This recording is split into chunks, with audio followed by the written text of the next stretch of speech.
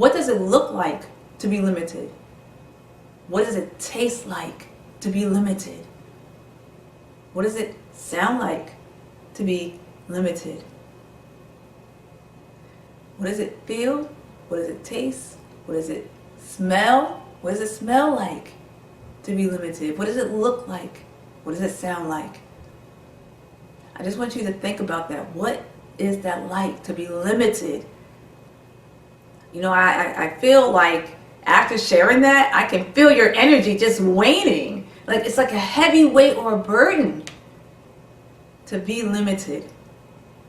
And as a result, being limited, what happens? How does that impact your day to day? How does that impact your working or your business or taking care of your loved ones, hanging out with your children or being with your loved one? Or what is it like for you? So let me ask you this other question, power person. If you don't like it, if it doesn't feel good, then what do you do about it? I can hear you now. You're like, well, that's why I'm here, Dr. Sarah. I want to know how in the world do I take the limits off? How do I live and lead a limitless life? Well, again, we first have to know, where does it come from? So then we could have a plan of action to know how to take the limits off. So first and foremost, it does start with our thinking. And when I say about our thinking, there's a saying. It says in the Bible, as a man thinketh, so is he. So the way that you think determines how you behave.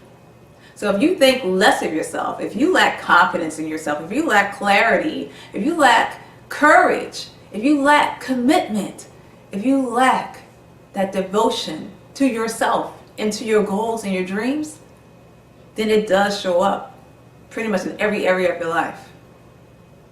So I want you to check yourself for a second.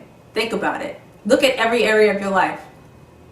Where else are you limited? You may think that you're limited in one area, but if you were to look across the board, perhaps limits or being limited are showing up in those very various places.